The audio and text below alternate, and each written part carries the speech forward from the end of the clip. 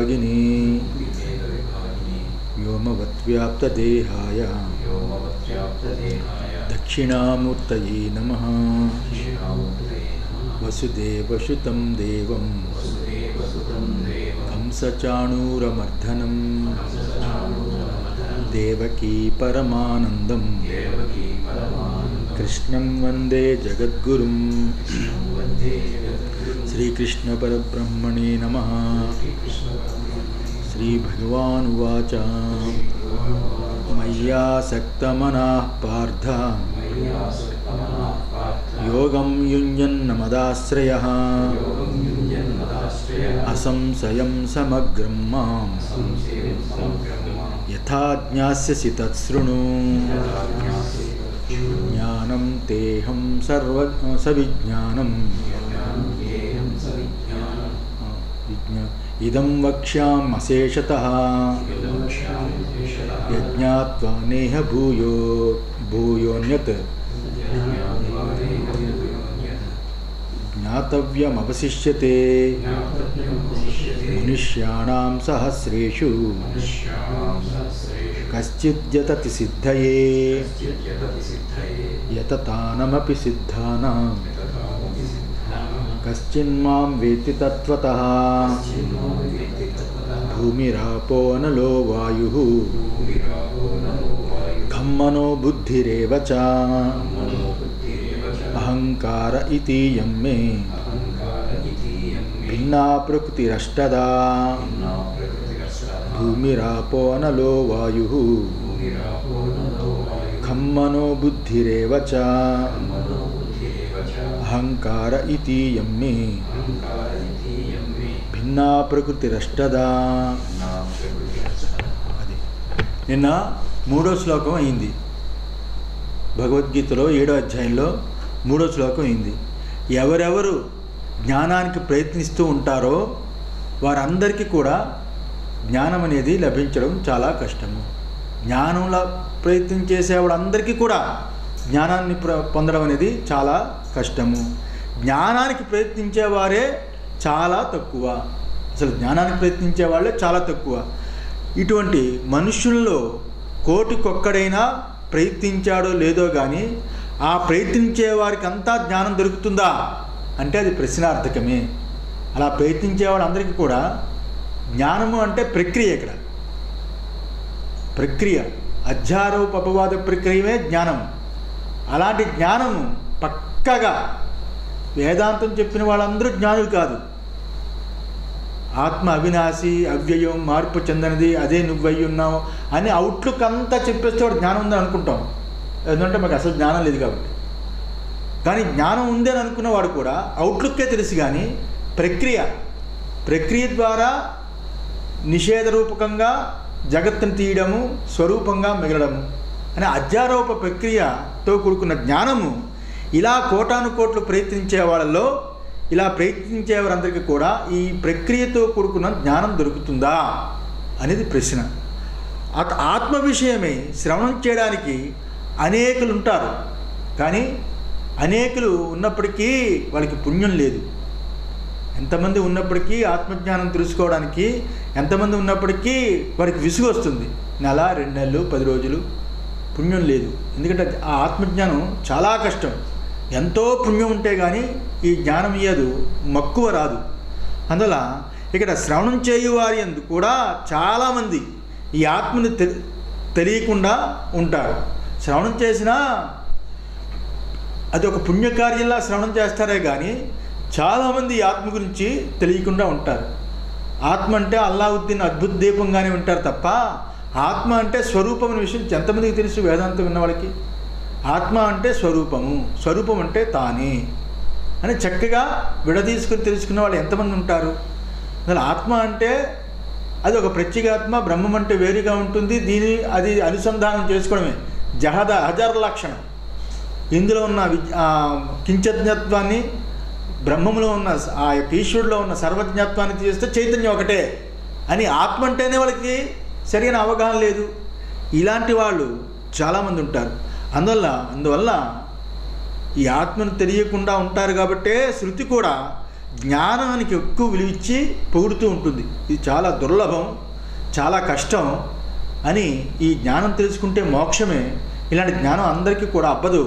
ఎన్నో కోట్ల యొక్క పుణ్య ఫలం చేత ఎన్నెన్నో జన్మలెత్తి పుణ్యాన్ని ఆర్జించి పుణ్యాన్ని దాచుకుని పాపాన్ని కరగబెట్టుకుని పుణ్య బలము చేత ఎవడో ఒకటి తెలుసుకుంటాడు తప్ప అందరూ తెలుసుకోలేరు అని శృతి కూడా పొగుడుతూ ఉంటుంది. ఇలా అని మన నిరాశ చెందడం అనేది సరికాదు. ఎవరికైతే జ్ఞాన జిజ్ఞాస ఉంటుందో అలాంటి జ్ఞాన జిజ్ఞాస ఉన్నవాళ్ళు ఇలా విని నిరాశ పొందడానికి కాదు. ఇక్కడ అన్నాడు కదా, ఎవరికో ఒకటి దొరుకుతుందని, ఇలా నిరాశ పొందడానికి. ఎందుకంటే దీని గురించి విడవకుండా ప్రయత్నించడమే ఇక్కడ జ్ఞాన మార్గం. మనం జ్ఞాన మార్గంలో ఉన్నాం కానీ జ్ఞానంలో లేము. జ్ఞానం అంటే ప్రక్రియ పూర్తిగా లోతుగా పరిపూర్ణంగా నరాల్లో ప్రక్రియతో ఎప్పుడు కూడా మనసు రమిస్తూ ఉండాలి. అందులో మార్గంలో ఉన్నాం కానీ రమణ లేదు. అందువల్ల ఇలా విడవకుండా మనం నిరాశ చెందకుండా విడవకుండా మనం ప్రయత్నం చేయాలి. జ్ఞానానికే ప్రయత్నించిన వారిలో ఇక్కడ భగవంతుడు ఏమన్నాడు, సిద్ధార్థం సిద్ధ్యర్థం సిద్ధానామపి, సిద్ధులలో కూడా, అంటే అసలు జ్ఞాన మార్గంలోకి రావడమే సిద్ధులు అంటున్నాడు భగవంతుడు. జ్ఞాన మార్గంలోకి రావడమే, జ్ఞానం అర్థమవుతున్నది అనే ఆలోచన వాడికి రావడమే వాడు సిద్ధుడయ్యాడని అర్థం. అణిమాది అష్టసిద్ధులు గొప్పవి కాదు, అది వైయక్తికం, అది తాత్కాలికం. అది శరీరం ఉన్నప్పుడే ఆ సిద్ధులు ఉంటాయి, శరీరం పోయిన తర్వాత వాటితో పాటు సిద్ధులు కూడా పోతాయి. కానీ జ్ఞాన మార్గం ఏదైతే ఉందో ఆ జ్ఞాన మార్గంలోకి వెళ్ళాలి, జ్ఞానాన్ని శ్రవణం చేయాలి, శ్రవణం చేసింది మననం చేసేంత స్థాయికి వచ్చింది అనుకోండి, వాడు సిద్ధుడైనట్టుగా అర్థం, వాడు సిద్ధుడైనట్టుగా అర్థం అని భగవద్గీతలో. ఇలాగా ఇక్కడ జ్ఞానానికి ప్రయత్నించిన వారినే సిద్ధులని భగవంతుడు ఇక్కడ పొగిడాడు. ఆ ప్రయత్నం అనేది జ్ఞానప్రాప్తి పరమాత్మ అనుగ్రహం లభించేదే కానీ స్వతహాగా ఎవరు ప్రయత్నం చేస్తే వాడికి వచ్చేది కాదు ఈ జ్ఞానప్రాప్తి. ఇది భగవంతుడి యొక్క అనుగ్రహం రావాలి. భగవంతుడి యొక్క అనుగ్రహం అంటే ఈశ్వరాత్మ బుద్ధి చేతనే కలుగుతుంది. ఇంతగా పొగిడి ఉన్నా ఈ జ్ఞానము చాలా రహస్యమే ఉంటుందని ఎవరైనా భావించవచ్చు. అందులో ఈ జ్ఞానం ఎలా పొగిడారు కాబట్టి అమ్మ చాలా రహస్యం, చాలా గుట్టు, మా ఎవరు చెప్పరు, గుట్టుగా ఉంచుతారు, మా స్వామివారికి వాడు విప్పి చెప్పారు అనుకోవడం పొరపాటు. జ్ఞానం అనేది రహస్యమైనది కాదు. గుహ్యాతి గుహ్యం అంటే అది రహస్యం అని అర్థం కాదు, ఇది వాస్తవం కాదు. ఎందుకంటే సరి అయిన యోగ్యత గల ఎవరైనా తెలుసుకోవచ్చు, సరి అయిన యోగ్యత ఉన్న వాళ్ళు ఎవరైనా తెలుసుకోవచ్చు. అక్కడ స్త్రీలింగమా పుల్లింగమా అధిక ఇక్కడ కులమా అనేది ఏమీ లేదు, ఎవరైనా దీన్ని తెలుసుకోవచ్చు. అందువల్ల అందరి యొక్క స్వరూపమై ఉన్నది ఇది. గజేంద్రుడే తెలుసుకుని మోక్షాన్ని పొందాడు. ఒక పశువు, ఏనుగనే పశువు, అందులో తామస పశువు అదే పొందింది. అందువల్ల ఇక్కడ అందరి యొక్క చైతన్యము ఏకరసమే కాబట్టి దాన్ని ఎవరైనా తెలుసుకుని మోక్షాన్ని పొందొచ్చు. అయితే వారికి ఆ అదృష్టము పుణ్యము వినే శక్తి ఉండాలి. ఎంతోమందికి అంతఃకరణ సంస్కారం సరిపోకపోవడం వల్ల ఇది లభ్యం కావడం లేదే కానీ అంత రహస్యమైనది కాదు. ఇక్కడ భగవంతుడు గుహ్యాతి గుహ్యమని కొన్ని శ్లోకాల్లో చెప్పాడు అంటే సామాన్యునికి అర్థమవుదనే అర్థమే కానీ ఎవరికైతే చిత్తశుద్ధి ఉంటుందో వాడికి అర్థమవుతుందనే అర్థం. ఇది ఎవరికి చెప్పకూడదని ఉద్దేశం కాదు, అధికారికే చెప్పాలని అర్థం. అని ఇంతవరకు మనుష్యులలో కోటాను కోట్లో ఎవడో ఒకడు నన్ను తెలుసుకుంటాడని చెప్పాడు. ఇప్పుడు అపరా ప్రకృతి గురించి చెప్తున్నాడు. అపరా ప్రకృతి పరాప్రకృతి. అపరా ప్రకృతి అంటే చూపిస్తున్నాడు. భూమిరాపో అనలో వాయు ఖం మనో బుద్ధిరేవచ అహంకార ఇతీయం మే భిన్నా ప్రకృతి అష్టద అని. భూమి ఇది పృథివీ తన్మాత్రం ఉచ్యతే నా స్థూల భిన్న ప్రకృతి అష్టద ఇది వచనాత్. భూమి భూమిరాపో అనలో వాయు అన్నాడు కదా, అందులో భూమి అనే దానికి భాష్యకారులు చెప్తున్నారు. భూమి ఇది, భూమి అంటే పృథివీ తన్మాత్రం ఉచ్యతే, పృథివీ తన్మాత్రం అని చెప్పబడుతుంది. పృథివీ తన్మాత్రం అంటే తన్మాత్రలు ఏమిటి? శబ్దము, స్పర్శ, రూపము, రసము, గంధము. పృథివీ తన్మాత్రమని గంధమని చెప్పబడుతుంది. నా స్థూల అంటే ఇక్కడ స్థూలమైనది కాదు, పృథివీ అంటే స్థూలంగా తీసుకోకూడదు, సూక్ష్మభూతాలుగా తీసుకోవాలి. పృథివీ అంటే సూక్ష్మభూతాలుగా తీసుకోవాలి, స్థూలభూతాలుగా తీసుకోకూడదు. నా స్థూల స్థూలభూతాలుగా తీసుకోకూడదు. భూమి అన్నంత మాత్రాన. ఎందువల్లంటే భిన్నా ప్రకృతి అష్టదా ఇది వచనాత్. ఇక్కడ ప్రకృతి 8 రకాలుగా 8 ప్రకారాలై ఉంది అని చెప్పడం చేత, ప్రకృతి 8 రకాలుగా ఉందని చెప్పడం చేత ఇక్కడ సూక్ష్మభూతాలుగానే తీసుకోవాలి. ఎందువల్ల అక్కడ పృథివీ ఆపహ తేజస్సు వాయువు ఆకాశము 5 తీసుకొని భూతాలు, మనస్సు బుద్ధి అహంకారము 3 తీసుకున్నాడు. అహంకారము మనస్సు బుద్ధి సూక్ష్మమే కదా. అందువల్ల ఇక్కడ అన్నీ కూడా సూక్ష్మభూతాల గురించే తీసుకోవాలి తప్ప స్థూలభూతాల గురించి తీసుకోకూడదు అని అర్థం. తథా అబాదయః అపి తన్మాత్రాణి ఏవ ఉచ్యతే. ఆ రకంగానే ఇక్కడ అబాదయ అంటే జలం, ఆపహ అన్నమాట.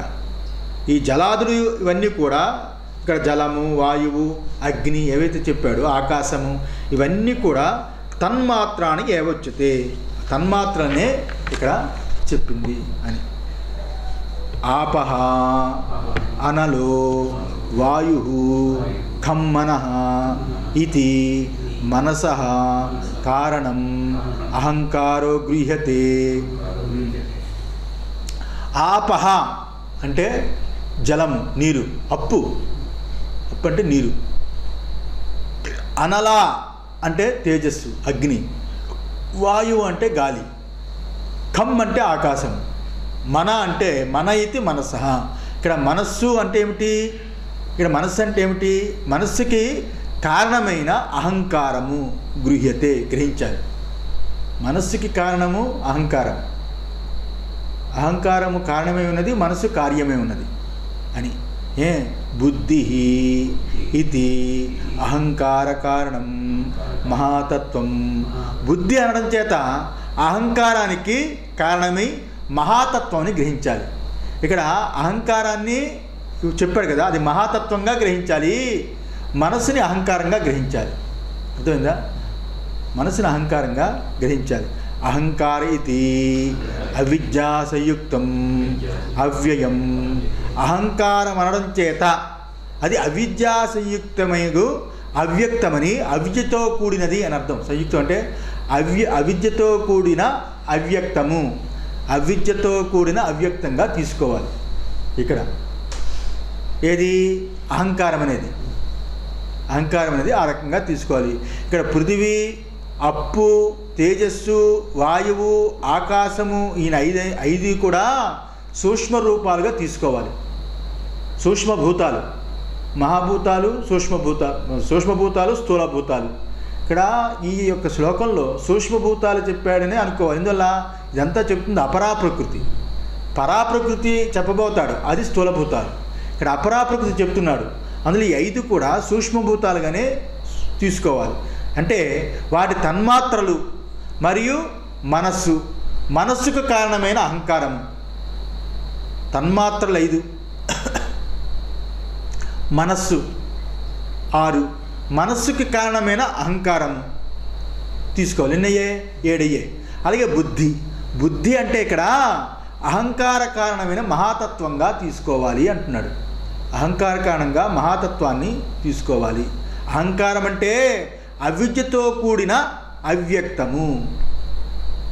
అహంకారం అంటే అవిద్యతో కూడిన అవ్యక్తము అని తీసుకోవాలి అని ఇక్కడ చూపించాడు. ఇవే 8 విధాలుగా ఈ అపరాప్రకృతి అని అర్థం. ఈ అపరాప్రకృతి అని అర్థం అంటే అన్ని సూక్ష్మాలే చెప్పాడు ఇక్కడ. సూక్ష్మభూతాలు, మనస్సు, బుద్ధి, మహాతత్వం, ఈ 3 చెప్పాడు. యథా విష సంయుక్తం అన్నం విషం ఉచ్యతే ఏవం అహంకారవాసనావత్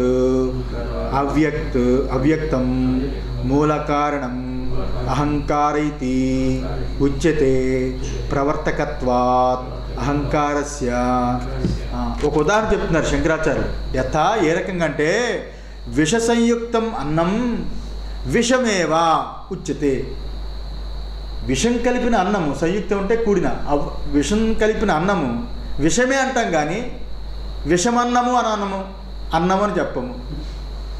విషంతో కూడిన అన్నాన్ని విషము అంటాం, విషమే అంటాం. కానీ ఆ విషమన్నము అన్నము, అన్నము అని కూడా అన్నము. ఏ రకంగానో విషమంటామో ఏవం ఆ విధంగానే అహంకార వాసనావత్, అహంకారం యొక్క వాసనచే కూడుకుని ఉన్న ఆ అవ్యక్తమైన ఆ మూల కారణం ఏదైతే ఉందో, అవ్యక్తము ఇక్కడ అవ్యక్తం అనేది ఏదైతే ఉందో అది అహంకారైతే ఉచ్యతే అని అర్థం. అహంకారమే ఇచ్చుద్దే అంటే అహంకార వాసనల చేత కూడి ఉన్న అవ్యక్తం, అహంకార వాసనతో కూడిన అవ్యక్తం, అది ఇక్కడ అహంకారం అని చెప్పబడును. అందులో మహాతత్వం.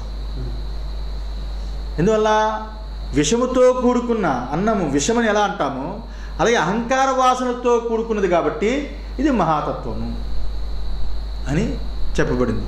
ఉచ్యతే ప్రవర్తకత్వాత్ అహంకారస్య. ఎందువల్లంటే అహంకారము సర్వాన్ని ప్రవర్తింపచేస్తూ ఉంటుంది. సర్వము ప్రవర్తనకి కారణం ఎవరు? అహంకారమే. ప్రమాతే రాజు, వాడే అహంకార పూరితుడు. ఎందువల్ల విషం కలిపిన అన్నం విషం ఎలా అవుతుందో వాసనతో కూడుకున్న అహంకారము ఈ రకంగా ఉంటుంది, ఇలా ప్రవర్తిస్తూ ఉంటుంది అని ఈ రకంగా చెప్పాడు. అహంకారేవ హి సర్వస్య ప్రవృత్తి బీజం దృష్టం లోకే. ఎందువలంటే అహంకారమే కదా సర్వ ప్రవృత్తికి కారణమైంది. ఈ లోకంలో కనబడుతున్నది కదా. సర్వ ప్రవృత్తికి నేను అనుకోకపోతే ప్రవృత్తి ఎలా కుదురుతుంది? పశువులు నేను అనుకోకపోతే గడ్డి కోసం ఎలా ప్రయత్నం చేస్తుంది? గడ్డిని ఎలా తింటుంది? పశువులు నేననే ప్రయత్నం చేస్తాయి. ఆహార నిద్ర మైథునాలు అలాగే పక్షులు అలాగే చేస్తున్నాయి. మనుషులు అందరూ కూడా నేను అనుకునే వ్యవహారం చేస్తారు. కాబట్టి నేను వాసనతో కూడుకుని ఉంటుంది కాబట్టి అదే ప్రవృత్తికి కారణమై ఉన్నది. ఆ నేననే అహంకారం ప్రవృత్తి చేతనే బుద్ధి పనిచేస్తుంది, మనస్సు పనిచేస్తుంది, సూక్ష్మభూతాలు తన్మాత్రలు పనిచేస్తున్నాయి అని ఇక్కడ చెప్పాడు. ఇది ఇయం యథోక్త ప్రకృతి. ఇదే ఈ ప్రకృతి. యథోక్త పైన చెప్పిన ప్రకృతి అంటే ఇదే. ఇయం మే మమ ఈశ్వరీ మాయాశక్తి అష్టదహ భిన్న భేదం ఆగత. ఇదే నాదైన ఈశ్వరుడైన నా మాయాశక్తి. ఇదే నా మాయాశక్తి 8 రకాలుగా విభిన్నమై భేదాన్ని పొందుతున్నది. అష్టాభిన్న ప్రకృతి 8 రకాలుగా భేదాన్ని పొందుతున్నది. ఇదంతా ఏమిటి? నా మాయాశక్తి, ఈశ్వరుడైన నా మాయాశక్తి అని చెప్పాడు. దీనికి వివరణ చాలా ఇవ్వాలి. ఇమ్మంటారా చెప్పమంటారా? ఇది ఏంటంటే ఇది మొత్తం అంతా కూడా 7వ అధ్యాయానికి ఇదే కీలకం. 4వ శ్లోకం. అందులో ఇది చాలా చెప్పాలి. ఇందులో చాలా విషయం ఉంది. ఏంటంటే ఈ ప్రకృతి యొక్క స్వరూపాన్ని కొంచెం వివరంగా తెలుసుకుంటే చాలా మంచిది. ఎందువల్లంటే ప్రకృతి అనే మాట సాంఖ్యులది, వేదాంతులది కాదు. సాంఖ్యుల మాటలు కొన్ని అప్పు తీసుకొని వేదాంతులు వాడుకున్నారంతే. వేదాంతులకి ఏ మాటలు లేవు. ఇందువల్ల ఏకమేవా అద్వితీయం తప్ప ద్వితీయమైన మాటలు ఏవీ లేవు. సృష్టిలో ఉన్న సకల పేర్లు అన్నీ కూడా సాంఖ్యులో, నైయాయికులో, వైశేషికులో ఎవరెవరో వాడిన మాటలను తీసుకొని వాటిని నిషేధించడమే పని. అయితే ఇక్కడ ప్రకృతి అనే మాట భగవద్గీతలో వస్తూ ఉంటుంది. ఈ ప్రకృతి అనే మాట ఏదైతే ఉందో అది సాంఖ్యులు ప్రధానము అనే అర్థంలో వాళ్ళు వాడుతూ ఉంటారు. ప్రకృతి అనే మాట ప్రధానము అంటే సత్వ రజస్తమో గుణాలు సమానంగా ఉన్నప్పుడు ప్రధానం. అవి ఒకదానికొకటి విజృంభిస్తున్నప్పుడు అది ప్రకృతి. ఆ ప్రకృతి అది రూపాంతరం చెంది సూక్ష్మభూతాలుగా మారితే ఆ సూక్ష్మభూతాలు ఒకదానికి ఒకటి కలయిక చేత అవి స్థూలభూతములై జీవరాశులు పుట్టాయి అనేది కాన్సెప్ట్. అందువల్ల ఈ ప్రకృతి అనే మాట సాంఖ్యులదే కానీ వేదాంతుడిది కాదు. కానీ ప్రధానమనగా దేని యందు జగత్తు బీజరూపం ఉన్నదో అది ప్రధానం. అంటే ఏమిటి? ఈ ప్రకృతి అంతా వాళ్ళు ఏం చెప్తారంటే సృష్టి అంతా కూడా లయమైపోతుంది. సృష్టి అంతా లయమైనప్పుడు ప్రకృతిలో లయమవుతుంది. ప్రకృతి ప్రధానంలో లయమవుతుంది. ప్రధానంలో బీజరూపకంగా ఉంటుంది. అంటే అక్కడ ఏముంది? ప్రధాన బీజరూపకంగా ఉండడానికి ప్రధానమే కారణమని అంటారు. ఆ ప్రధానం నుంచే మళ్ళీ ప్రకృతి, అష్టాభిన్న ప్రకృతి అంతా కూడా వస్తుంది. అది అవ్యక్త ప్రకృతిగా ముందు వస్తుంది, తర్వాత వ్యక్త ప్రకృతిగా మారుతుంది అని వాడు చెప్తారు. ఒకానొక మూల కారణము మొదట బీజరూపమే ఉండి, మొదట ప్రధానము మూల కారణము బీజరూపమే ఉండి సృష్టికాలమున మహత్తు, అహంకారము, తన్మాత్రలు, పంచభూతములు అని వివిధ తత్వములై పరిణామం చెందినని, దాని నుండే ప్రపంచమంతా పుట్టిందని పరిణామవాదులైన సాంఖ్యులు చెబుతారు. అంతే కదా? వాళ్ళు పరిణామవాదులు, సత్కార్యవాదులు సాంఖ్యులు. వాళ్ళు ఏం చెప్తారంటే ఒక మూల కారణం, మొదట మూల కారణం అంటే ప్రధానం, అది బీజరూపమై ఉండి ఆ ప్రకృతి అనేది ఏదైతే ఉందో ఆ ప్రధానంలో బీజరూపకంగా ఉండి సృష్టికాలంలో అదే మహత్తుగాను, అహంకారంగాను, అలాగే తన్మాత్రలుగాను, పంచభూతాలుగాను, అలాగా అనేక తత్వాలై పరిణామము చెంది దాని నుండే ప్రపంచమంతా పుట్టిందని పరిణామవాదులైన సాంఖ్యులు చెప్తారు. వాళ్ళు 38 తత్వాలని, 36 తత్వాలని, 24 తత్వాలని అనేక రకాలుగా చెబుతుంటారు. సాంఖ్యుల్లోనే భేదాలు ఉన్నాయి. తర్వాత వచ్చిన వాళ్ళు శంకరాచార్య వ్యాఖ్యానం రాసినట్టుగా మూలకారకుడు 24 తత్వాలని చెప్పాడు, తర్వాత 36, తర్వాత 38, తర్వాత 64 అయిపోయింది. ఇప్పుడు కాలంకి 64 తత్వాలు అయిపోయాయి. వాసుదేవ మననం అని అది చెబితే ఈ తత్వాలన్నీ తెలుస్తాయి. అదే వేదాంతం కింద పెట్టేశారు. వేదాంతులు ఇవే వాడించుకుంటారు. వీటన్నిటినీ కూడా నిరోధించేసి అప్పుడు మోక్షాన్ని పొందాలని అంటారు వాళ్ళు. సాంఖ్యుల్లాగా అయిపోయారు ఆఖరికి. అది ప్రాబ్లం. సాంఖ్యుల్ని వాళ్ళ పదాలను వాడుకున్నారు తప్ప సాంఖ్యులు ఒప్పుకున్నారని కాదు. మన దాంట్లో సాంఖ్యులు ఒప్పుకున్నారని కాదు. ఈ రకంగా పరిణామవాదులని సాంఖ్యులు అభిమతమై ఉన్నది. కానీ సాంఖ్యుల శబ్దాన్నే వేదాంతులు ఉపయోగించుకున్నాను. వారి ప్రకృతి అనే శబ్దానికి చెప్పిన అర్థములు వేరే. సాంఖ్యుల యొక్క శబ్దాన్నే వేదాంతులు ఉపయోగించినా వారు ప్రకృతి అని చెప్పారు కదా. ప్రకృతి అనే శబ్దానికి చెప్పిన అర్థము మనకి వాళ్ళకి చాలా తేడా ఉంది. ప్రకృతి అనగా స్వతంత్రమైన ఒక తత్వము కాదు అని మనం చెప్తాం. ప్రకృతి అంటే స్వతంత్రమైన ఒక తత్వము కాదని మనం చెప్తాం. వాళ్ళు ఏం చెప్తారు? అది ఒక స్వతంత్రమైన శక్తి. పురుషుడు వేరు, ప్రకృతి వేరు అంటారు. పురుషుడు వేరు, ప్రకృతి వేరు అంటారు. పురుషుడికి ఏమాత్రం కూడా సంబంధం లేదు. అతను అసంగుడు, చిన్మాత్రుడు. ప్రకృతితో ఏమీ సంబంధం లేదు. ప్రకృతే తన గుణాలతో మారుతూ అది పరిణామం చెంది, వికారం చెంది జగత్తుగా అయింది అని చెప్తారు. ఆయన మాత్రము ఏ సంబంధము లేదు. ఆయన చిన్మాత్రుడు, అసంగుడు అంటారు. వాళ్ళు చెప్పే ప్రకృతి వేరు. మనం చెప్పే ప్రకృతి స్వతంత్రమైనది కాదు, స్వతంత్రమైన ఒక తత్వం కాదు. వాళ్ళు చెప్పారు స్వతంత్రమైన తత్వం అంటారు. అది నిస్వతంత్రం అని మనం చెప్తాం. స్వతంత్రం లేదని చెప్తాం. ఏం చెప్తాము? అది పరమాత్మ యొక్క శక్తి అని చెప్తాము. మనం ఏం చెప్తామంటే పరమాత్మ యొక్క శక్తి. దాన్ని ఇక్కడ మాయాశక్తి అని వాడారు కదా. ఇది చాలా ఇంపార్టెంట్ పదాలు మాట. పరమాత్మ యొక్క శక్తి అంటే మాయాశక్తిని మనం చెప్తాం. వస్తువు యొక్క శక్తి వస్తువుకు వేరువేరుగా ఉండవు. వస్తువు యొక్క శక్తి వస్తువుకు వేరువేరుగా ఉండవు. ఇప్పుడు మనకి శక్తి ఉందనుకోండి, మన యొక్క శక్తి మనకంటే వేరుగా ఉండదు కదా. శక్తి అంటే బలం.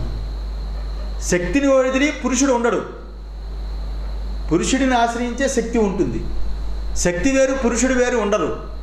మనకి శక్తి లేకపోతే నీరసంగా ఉందంటాం, రసం తాగుతాం. శక్తిని పుంజుకుందంటాం కదా, గ్లూకోజ్ శక్తిని పుంజుకుందంటాం. టీవీలో చూస్తుంటాం కదా. అదే శక్తిని వదిలి పురుషులు ఉండరు. పురుషులు అంటే ఇక్కడ ప్రాణులు. అందువల్ల ఇలాగే ఇక్కడ వస్తువుని వదిలి శక్తి వేరువేరుగా ఉండదు. అగ్నికి కాల్చే శక్తి అగ్నికంటా వేరుగా ఎలా లేదో, అగ్నికి కాల్చే శక్తి అగ్నికంటా వేరుగా ఎలా లేదో, ఇలాగే పరమాత్మ యొక్క శక్తి కూడా పరమాత్మ కంటా వేరుగా లేనే లేదు. పరమాత్మ కంట వేరుగా లేనే లేదు. పాలకు దాన్ని తెలుపుకున్న సంబంధమే పరమాత్మకి అతని శక్తికి ఉన్న సంబంధము. పాలకి తెలుపుకి ఉన్న సంబంధమే పరమాత్మకి శక్తికి ఉన్న అంత అన్యోన్యం అన్నమాట, అంత అభిన్నం అన్నమాట, అంత అభిన్నమని అర్థము. భూమి, నీరు మొదలగు ఆది భౌతిక ఆధ్యాత్మిక వస్తువులన్నీ మాయా కార్యమే. పృథివీ, ఆపహ, తేజస్సు, వాయువు, ఆకాశం అని ఏవైతే చెప్పాడో అలా ఆది భౌతికము. ఆది దైవికం అంటే సూర్య, చంద్ర, నక్షత్రాదులు ఏవైతే ఉన్నాయో ఆది దైవికం. సర్వము ఏదైతే కనిపిస్తుందో సర్వము కూడా వస్తువులన్నీ ఈ మాయాశక్తి కార్యమే, ఈ మాయాశక్తి కార్యమే. అందులో పంచభూతాలు, మనస్సు, బుద్ధి, అహంకారము ఇవన్నీ పరమాత్మ యొక్క శక్తి విలాసమే కానీ ఇది స్వతంత్రమైన ప్రకృతి కాదు. అర్థమవుతుందా? స్వతంత్రమైన ప్రకృతి కాదు. అందువల్లనే అంతా పరమాత్మే అనుట తత్వజ్ఞానంలో ఒక భాగం. ఇదంతా పరమాత్మే అనడంలో తత్వజ్ఞానంలో ఒక భాగం. ఇది తర్వాత మాట్లాడదాం. అయితే దీనిని ఇక్కడ అపరా ప్రకృతి అని అన్నారు, అపరా ప్రకృతి అని అన్నారు. అయితే ఇదంతా బాగుంది స్టోరీ. మనకు కావాల్సిన స్టోరీలో అర్థం ఏమిటంటే, సాంఖ్యులు ప్రకృతి స్వతంత్రమైనది అని అంటారు. మనమేమంటే పురుషుడు లేకుండా ప్రకృతి స్వతంత్రంగా ఎలాగుంటుంది? అది జడం. చైతన్యం పురుషుడు, చైతన్య స్వరూపుడైన పురుషుడు వదిలిపెట్టి జడమైన ప్రకృతి పరిణామం చెంది ఏ రకంగా ఇలాగా అనేక ప్రాణులుగా అవుతుంది, అలాగే జడమైన దానికి స్పందన ఉండడం చాలా కష్టము. అందువల్ల ఆ చిన్మాత్రుడైన పరమాత్మ లేకుండా ప్రకృతికి ఏ రకమైన శక్తి ఉండదు. అందులో ప్రకృతి అనేది పరమాత్మ యొక్క శక్తియే అని వేదాంతులు చెప్పారు. అందువల్ల వేదాంతులకి సాంఖ్యులకి అంత డిఫరెన్స్ ఉంది. వాళ్ళ స్వతంత్రమైనది, మనము పరమాత్మ యొక్క శక్తి అయినది, పరమాత్మను వీడి లేనిది, స్వతంత్రత లేదు దానికి అని మనం చెప్తాం. అయితే ఇది అయింది కదా, అర్థమైంది కదా, ఇదే అష్టాభిన్న ప్రకృతి ఈ రకంగా అయింది. అయితే ఇక్కడ మాయాశక్తి అనే విషయం మనకు కావాలి. మాయాశక్తి, ఇక్కడ ఈ మాయా శక్తి, ఈశ్వర శక్తి అనే రెండు మాటలు ఉన్నాయి. భగవద్గీతలో దగ్గర ఈశ్వర శక్తి అని వాడతాడు, ఇక్కడ మాయాశక్తి అని వాడాడు. మాయాశక్తి అన్నా ఈశ్వర శక్తి అన్నా ఒకటే అర్థం. ఎవరు మాయావియో వాడే ఈశ్వరుడు, ఎవడు మాయ చేస్తున్నాడో వాడు మాయావి, ఎవడు మాయావో వాడు ఈశ్వరుడు. ఈశ్వర శక్తి అన్నా మాయాశక్తి అన్నా ఒకటే. ఈ మాయాశక్తి పరమేశ్వరుడి యొక్క అధీనమై ప్రకృతిగా ఉన్నది. మాయాశక్తి అంటే పరమేశ్వరుడికి, ఆత్మకి, పరమాత్మకి, పరమేశ్వరుడు అంటే పరమాత్మకి, ఈశ్వరుడికి అధీనమై ఈ ప్రకృతి ఉంది. ఇదే ముందవస్థ ఎందు, ఈ ప్రకృతి ముందవస్థ ఎందు అంటే జగత్తు నామరూపాలతో విడివిడిగా సృష్టి అగుటకు ముందు, నామరూపాలతో ఈ జగత్తు విడివిడిగా నానాత్వంగా కనిపించక ముందు ఏమై ఉన్నది? అది బీజరూపకంగా ఉన్నది అని వేదాంతులు ఒప్పుకున్నారు. బీజరూపకంగా ఉంది ప్రకృతి. సృష్టి అయినప్పుడు నానాత్వంగా అయింది. సృష్టి ప్రళయంలో పూర్తిగా సృష్టి విలీనమైనప్పుడు అది బీజరూపకంగా ఉంది.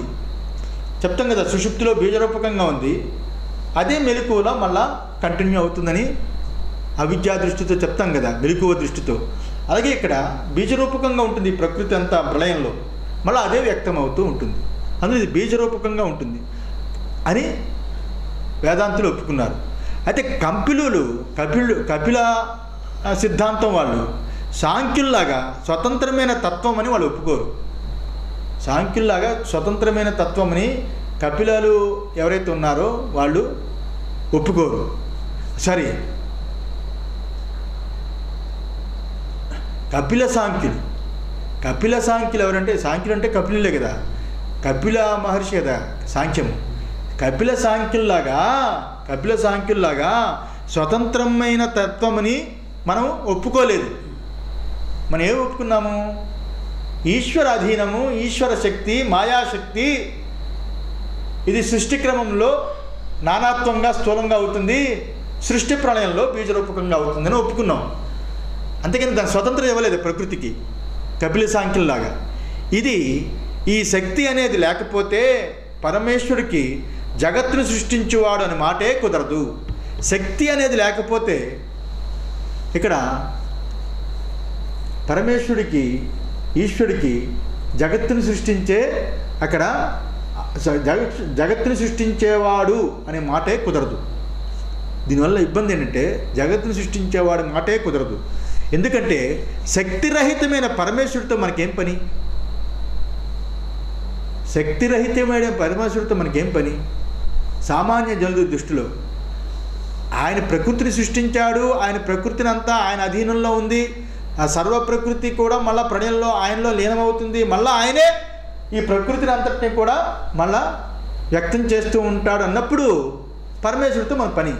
ఈ ప్రకృతిలో నాకు అది కావాలి, ఈ ప్రకృతిలో నాకు ఇది కావాలి, నాకు ఆ కష్టం వద్దు, ఆ సుఖం కావాలి, లేకపోతే ఆ నక్షత్ర మండలం లోపల ఉన్న స్వర్గాది లోకాలు కావాలి, అదో లోకాలు ఉన్న నరకాలు వద్దు, ఇవన్నీ ఆయన అధీనంలో ఉంది కాబట్టి పరమేశ్వరుడితో మన పని.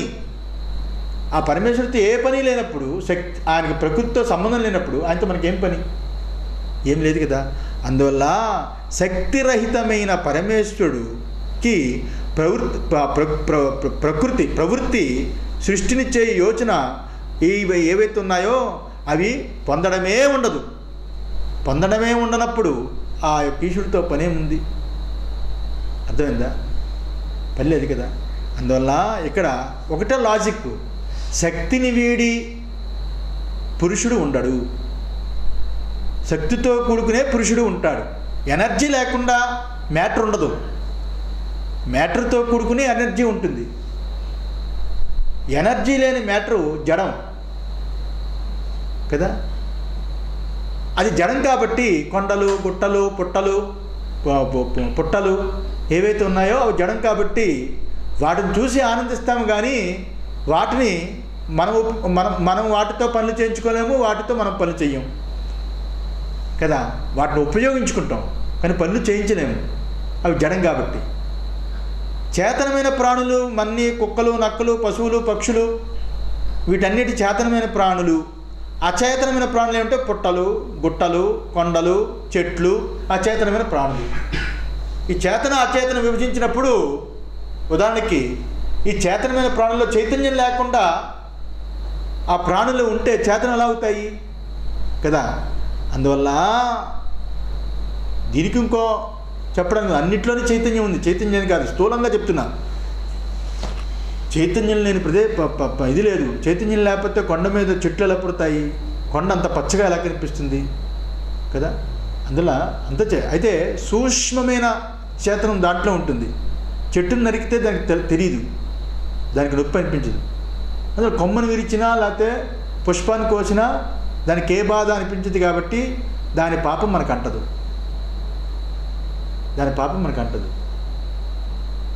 కోడిని కోస్తే పాపం వస్తుంది, ఎందుకంటే అది ప్రాణం, విలువల్లో కొట్టుకు చైతన్యం ఉంది దానికి ఎక్కువగా, దానికి తెలుస్తుంది, వాడికి తెలియదు. అది తామసంతో కూడుకున్న చైతన్యం, ఇది శుద్ధ సత్వంతో కూడుకున్న, సత్వగుణం రజోగుణంతో కూడుకున్న చైతన్యం. అది అలా పెడదాం. మొత్తానికి ఇక్కడ జగద్బీజమైన ప్రకృతి మాయా, జగద్బీజమైన ప్రకృతి ఇక్కడ మాయా అని పరమేశ్వరుడి యొక్క ఆత్మ యొక్క లేక బ్రహ్మము యొక్క శక్తి అని పిలిచి ఆయనకి అధీనమై ఉంటుందని చెప్పాం. మాయాశక్తి అన్నప్పుడు బీజరూపంగా ఉందని అర్థం, మాయా అన్నప్పుడు నామరూపాలతో జగత్తుగా అయిందని అర్థం. మాయా అన్నప్పుడు నామరూపాలతో కూడుకున్న జగత్తంతా ఇదంతా మాయా అంటాం. నామరూపాత్మకమైన జగత్తంతా మాయాస్వరూపము అని అంటాం. ఇది ప్రళయంలో బీజరూపకంగా అయినప్పుడు మాయాశక్తి అని అంటాం, మాయాశక్తి అని అంటాం. ఇప్పుడు మాయాశక్తి అన్నా, అవిద్యా బీజం అన్నా, మాయా బీజం అన్నా ఇవన్నీ ఒకటే పర్యాయ పదాలు, అర్థాలు. ఈ మాయాశక్తి అని అంటాం. అందువల్ల ఇక్కడ దీనినే గీతలో 8వ అధ్యాయంలో 7, 8, 9, 10 శ్లోకాల్లో, మరలా 14వ అధ్యాయంలో 3వ శ్లోకంలో మమ మాయ దురుచ్చయ అని పదాలతో, నా మాయ దైవీ మాయ అనే పదాలతో భగవంతుడు చాలాసార్లు చెప్తూ ఉంటాడు. నా మాయ దైవీ మాయ అని. నామరూపాలతో కనిపించినప్పుడు భగవంతుడు ఆ యొక్క ప్రకృతి చేత సృష్టి జరిపించాడు తన మాయ చేత. ఆ ప్రకృతి అంతా ప్రళయంలో ఆ భగవంతుడు ఆ ప్రకృతిని అంతటి కూడా బీజరూపంగా మార్చి ఆయన మాయలో ఉంచాడు. అందువల్ల నామరూపాలు తోచినప్పుడు మాయ అంటాం, నామరూపాలు తోచినప్పుడు మాయాశక్తి అంటాం. అందువల్ల మనకి మాండుక్యంలో కూడా ఆయన మాయ చేతనే సృష్టించబడింది అంటే ఇది అర్థం. ఆయన మాయ చేతనే సృష్టించబడింది అంటే అర్థం ఏమిటి? మాయాశక్తి బీజం ఆయనలో ఉన్నది, అదే మళ్ళా ఆయన సృష్టించాడు. ఆ బీజం ఎప్పుడు పోతుంది? ఆ పరమేశ్వరుడి యొక్క నిజస్వరూపం తెలియనంత వరకు ఆ బీజం ఆయనలో ఉంటుంది. ఆ పరమేశ్వరుడి యొక్క నిజస్వరూపం తెలిసినప్పుడు బీజం తొలగిపోతుంది. ఇవాళ పొద్దున అదే పాఠం చెప్పుకున్నాం. మన సుషుప్తిని దాన్ని పెట్టుకున్నాము. అదే సుషుప్తిని పరమాత్మగా తీసుకుంటే, ఈశ్వర ప్రాజ్ఞుడిగా తీసుకుంటే, ప్రాజ్ఞుడే కదా అతను. మొత్తం మెలకువంతటిని చూసేవాడు వైశ్వానుడు అంటే గొప్పవాడైతే, విశ్వడైతే, కలనంతా చూసేవాడు తేజస్సుడు లేక హిరణ్యగర్భుడైతే, సుషుప్తిని అంతటినీ సుషుప్తి యొక్క స్వరూపాన్ని పొందేవాడు ప్రాజ్ఞుడు. ఎందువల్ల ప్రాజ్ఞుడయ్యాడు? మెలకు యొక్క వాసనలు, స్వప్నం యొక్క వాసనలు, సర్వ వాసనలు సుషుప్తి యందు బీజరూపకంగా ఉంటాయి కాబట్టి ప్రాజ్ఞుడయ్యాడు. ఇక్కడ ప్రాజ్ఞుడయ్యాడు. మళ్ళా బీజరూపకంగా ఆయన దగ్గర ఉన్నాయి కాబట్టి దీన్ని ఏమంటారు పురాణాల్లో? ఇవి నిత్య ప్రళయం అని అంటారు. ఈశ్వరుడు కలిగేది మహాప్రళయం అని అంటారు. ఊరికినే పురాణాలు ఎందుకు చెప్పాయంటే మంద మధ్యమాధికారికి ఆ రకంగా చెప్పింది. నిత్య ప్రళయము మహాప్రళయము అని రెండు ప్రళయాలు లేవు, ఒకటే ప్రళయం. మనం రోజు ప్రళయంలో అంటే లయమవుతూ ఉంటాం సుషుప్తిలో, అక్కడ బీజరూపకంగా ఉంటుంది. మళ్ళా మెలకువలో వ్యక్తం అవుతూ ఉంటాం. సుషుప్తి అనుభవాన్ని పెట్టుకుని విచారించినప్పుడు